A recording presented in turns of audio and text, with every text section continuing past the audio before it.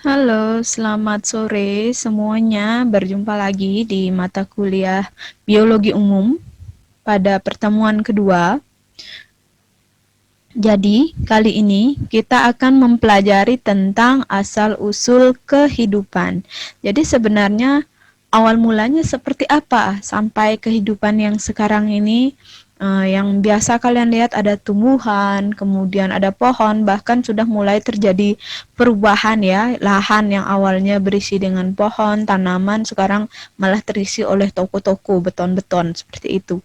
Jadi sebenarnya seperti apa sih asal-usul kehidupan di bumi ini pada awal mulanya?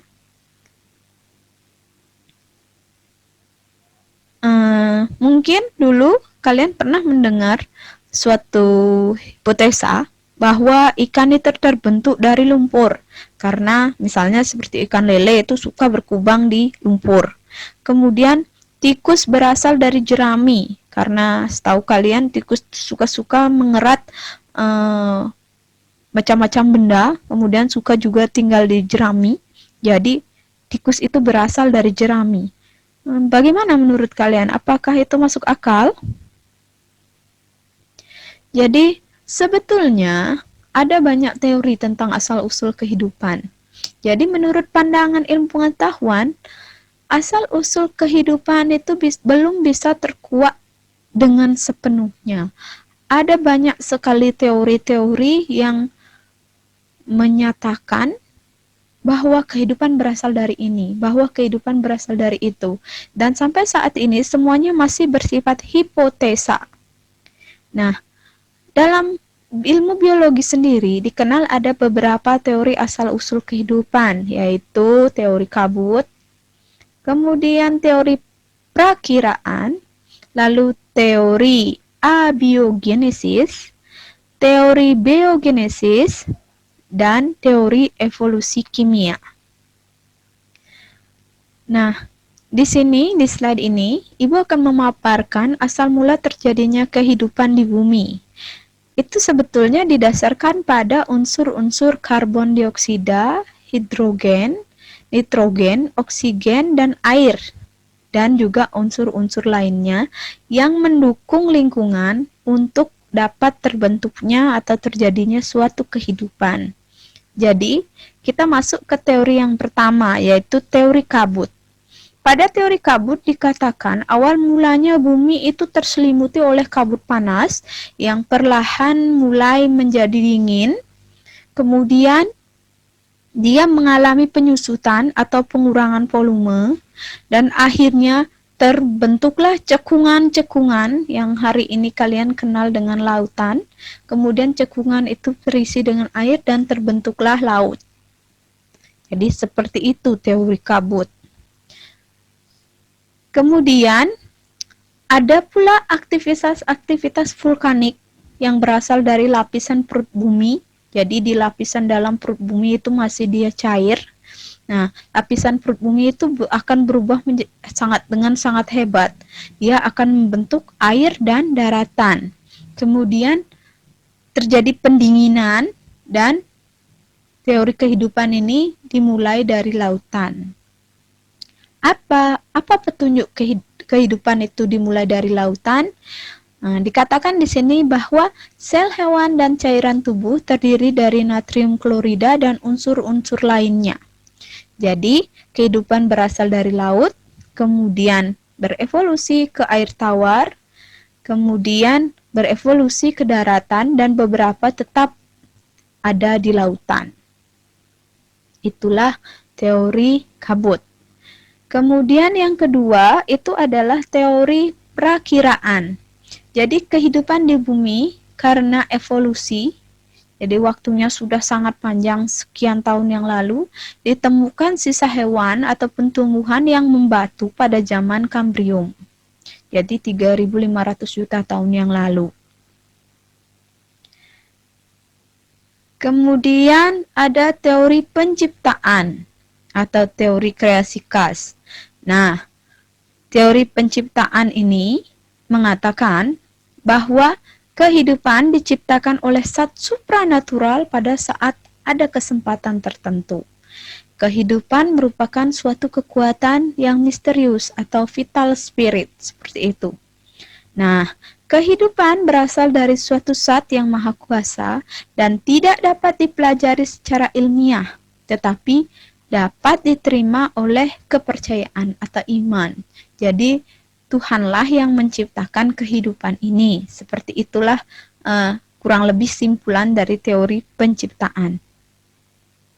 Selanjutnya itu ada teori abiogenesis. Itu dikenal juga sebagai teori generatio spontanea. Nah, teori ini dikemukakan oleh Aristoteles yang mengatakan bahwa makhluk hidup berasal dari benda mati. Dan ada banyak ilmuwan yang mendukung teori ini. Salah satunya adalah Anthony van Leeuwenhoek dan Needham. Mereka dalam hal ini Needham melakukan percobaan dengan merebus kaldu dalam wadah yang terbuka, kemudian dibiarkan selama beberapa hari dan kaldu itu menjadi keruh karena adanya bakteri. Lain halnya dengan Anthony van Leeuwenhoek, dia berhasil membuat mikroskop. Nah, dengan mikroskopnya ini, Anthony van Leeuwenhoek menemukan adanya benda kecil dalam air rendaman jerami. Jadi, ini adalah ilmuwan-ilmuwan yang mendukung teori generatio spontanea. Selanjutnya ada teori biogenesis.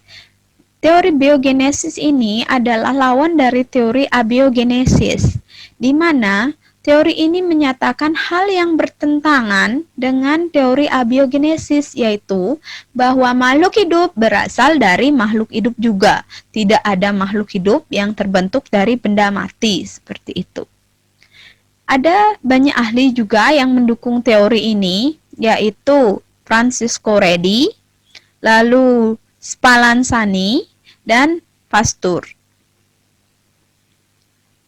Mereka mendukung teori biogenesis dengan melakukan percobaan-percobaan, ya, seperti percobaan Francisco Redi. Nah, di sini Francisco Redi atau Redi itu menyiapkan 6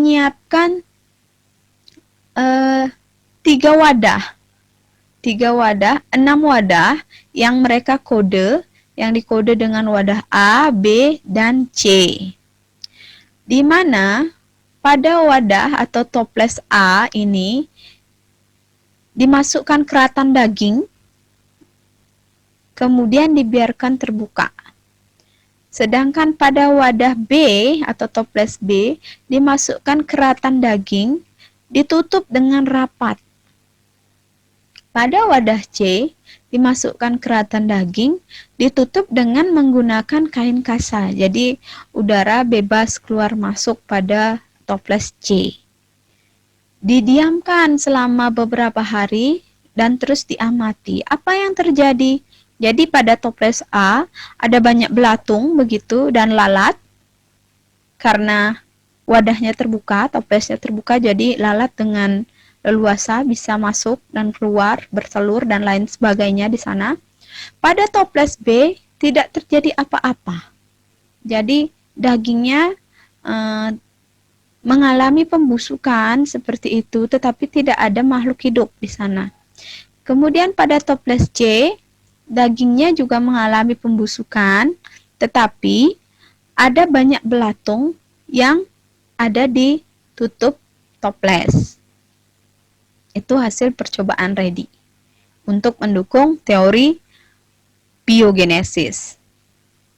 Selanjutnya, Spallanzani juga melakukan percobaan. Nah, kalau tadi Redi dengan daging dan toples, kalau Spallanzani menggunakan labu Erlenmeyer dengan air kaldu. Jadi, labunya diisi dengan air kaldu, kemudian dipanaskan dan dibiarkan terbuka. Lalu, kaldu itu dengan kondisi tetap terbuka, dia dinginkan dan dibiarkan beberapa hari. Kemudian, Erlenmeyer yang lain sama juga perlakuannya. Jadi diisi kaldu, dipanaskan, tetapi ditutup rapat. kemudian didinginkan dan diamati selama beberapa hari. Ternyata ada perbedaan. Kalau Erlenmeyer yang terbuka, setelah didiamkan beberapa hari, air kaldunya menjadi sangat keruh dan baunya menyengat karena terjadi pembusukan di situ. Ditandai dengan adanya mikroba yang berkembang dengan pesat. Berbeda dengan kaldu yang dalam keadaan tertutup. Jadi, pada Erlenmeyer yang tertutup, kaldunya itu tidak mengalami perubahan tekstur, viskositas, dan kekeruhan.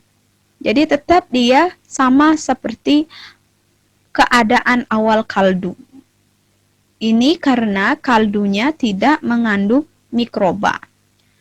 Karena penasaran, hasil labu yang tertutup tadi akhirnya sumbatnya dibuka. Kemudian didiamkan lagi beberapa hari. Ternyata hasilnya pun sama. Setelah sumbat dibuka, didiamkan beberapa hari, ternyata terjadi perubahan pada kaldu itu sendiri yang menandakan bahwa mikroba berkembang dengan pesat. Jadi itulah percobaan Spallanzani untuk mendukung teori biogenesis. Kemudian percobaan Louis Pasteur ini adalah sebenarnya modifikasi dari percobaan Spallanzani. Tadi kalau Spallanzani menggunakan Erlenmeyer yang terbuka dan tertutup rapat, kalau Louis Pasteur menggunakan Erlenmeyer yang memungkinkan udara dari dari dalam keluar, namun tidak memungkinkan udara dari luar itu masuk ke dalam labu. Nah, jadi pada percobaan Pasteur, Erlenmeyer yang sudah diisi dengan kaldu ini dipanaskan, lalu didiamkan beberapa hari dan dicek keadaan kaldunya. Tidak terjadi apa-apa, jadi tidak ada kontaminasi di sini. Dan jangan lupa ditutup dengan pipa yang berbentuk S atau leher angsa. Kemudian didiamkan selama beberapa hari dan tidak terjadi kontaminasi pada air kaldunya. Lalu, Louis Pasteur juga melakukan percobaan yang sama. Hanya saja, setelah didiamkan beberapa hari, sumbatan pipa bentuk leher angsa itu atau bentuk S itu dicabut. Jadi, Erlenmeyernya dibiarkan terbuka dan terjadilah pertumbuhan organisme yang sangat pesat. Nah, akhirnya Pasteur menyimpulkan bahwa tidak ada kehidupan berasal dari makhluk hidup juga. Jadi tidak ada kehidupan yang berasal dari benda mati. Seperti itu. Jadi apa yang bisa kamu simpulkan dari percobaan-percobaan ini? Silahkan kamu tuliskan di lembar jawabanmu tersendiri. Lalu teori evolusi kimia. Karena para ahli biologi beranggapan pada mulanya suhu bumi sangat tinggi, tapi pada suatu saat bumi mengalami pendinginan. Pada saat pemanasan dan pendinginan itu begitu banyak terbentuk bahan-bahan kimia. Bahan yang berat dia akan masuk ke permukaan bumi karena adanya gravitasi bumi, dan yang ringan akan berada di atmosfer. Nah, susunan zat atmosfer itu jauh amat sangat berbeda dengan atmosfer yang sekarang. Di mana di atmosfer biasa terjadi reaksi gas di atmosfer yang dengan bantuan energi petir seperti itu. Jadi akan membentuk zat yang membentuk makhluk hidup yang pertama. Jadi seperti itu. Jadi ada reaksi-reaksi kimia di udara yang akan membentuk makhluk hidup yang pertama. Ada beberapa ahli yang mendukung teori ini, yaitu Oparin. Dia menyatakan dalam bukunya The Origin of Life bahwa evolusi zat kimia telah terjadi sebelum kehidupan ini ada. Kehidupan terjadi bersamaan dengan evolusi terbentuknya bumi dan atmosfer. Atmosfer yang kaya karbon dioksida, metana, amonia, dan air karena adanya panas dari berbagai sumber energi yang akan mengalami perubahan menjadi berbagai molekul organik di lautan yang masih panas. Nah, inti atau zat yang terbentuk inilah yang dinamakan primordial soup. Kemudian Harold Urey. Jadi ahli yang lainnya yang mendukung teori ini ada Harold Urey. Jadi menurut Harold Urey, atmosfer bumi itu suatu saat kaya sekali akan molekul metana, amonia, uap air, dan karbon dioksida yang semuanya dalam bentuk uap. Energi dari aliran listrik, halilintar, dan radiasi sinar kosmis akan menyebabkan zat-zat tersebut bereaksi dan membentuk zat hidup sejenis protein. Itu definisi dari Urey. Lalu Miller, dia melanjutkan teori dari Urey, dia melakukan percobaan. Ini apa yang dia lakukan? Jadi dia menggambarkan labu ini adalah bumi. Kemudian di laut ini, jadi di bumi yang ada lautnya itu masih banyak air yang mendidih. Itu air H2O, dia dipanaskan, kemudian mengalami penguapan. Nah, di sini ada elektroda. Elektroda ini diibaratkan tadi halilintar, sinar kosmis seperti itu. Uap air hasil penguapan tadi, ini misalnya adalah atmosfer. Dia akan mengalami penggabungan dengan CH2, NH3, H2 dengan bantuan elektrode, dia akan mengalami reaksi. Kemudian hasil reaksi itu dia akan didinginkan dan tetesan air dingin hasil reaksi tersebut kemudian dianalisis untuk mengecek apakah ada kandungan senyawa organik di dalamnya. Itulah yang dilakukan oleh Miller dan Urey untuk membuktikan bahwa kehidupan itu berasal dari zat yang tidak hidup seperti itu. Kemudian ada Clavin. Clavin menunjukkan bahwa radiasi sinar dapat mengubah metana, amonia, hidrogen, dan air menjadi molekul-molekul gula dan asam amino, dan yang juga membentuk purin dan pirimidin yang merupakan zat dasar pembentukan DNA, RNA, ATP, dan ADP. Jadi Clavin mendukung teori dan hasil percobaan yang dilakukan Miller dan Urey dengan menyatakan bahwa amonia, metana, hidrogen, air bisa menjadi molekul gula dan asam amino yang merupakan inti atau zat dasar pembentukan DNA, RNA, ATP, ADP yang kita ketahui itu semua ada di dalam makhluk hidup. Sehingga dari semua teori itu bisa disimpulkan bahwa senyawa-senyawa anorganik di atmosfer itu mengalami perubahan sedikit demi sedikit membentuk senyawa organik. Senyawa organik itulah yang menyusun komponen dasar dari makhluk hidup. Oke, jadi itu yang dapat Ibu sampaikan tentang asal-usul kehidupan. Untuk mendukung kegiatan pembelajaran ini, silahkan kalian tonton beberapa video yang sudah Ibu lampirkan linknya di Google Classroom. Kemudian, saudara Resum atau intisarikan hasil pembelajaran yang sudah saudara dapatkan dari menonton video pembelajaran ini dan juga video-video pendukung lainnya. Dan di akhir perkuliahan ini maksimal pukul 19.15, resum kalian atau intisari dari pembelajaran hari ini harus sudah diupload ke Google Classroom ke pertemuan kedua.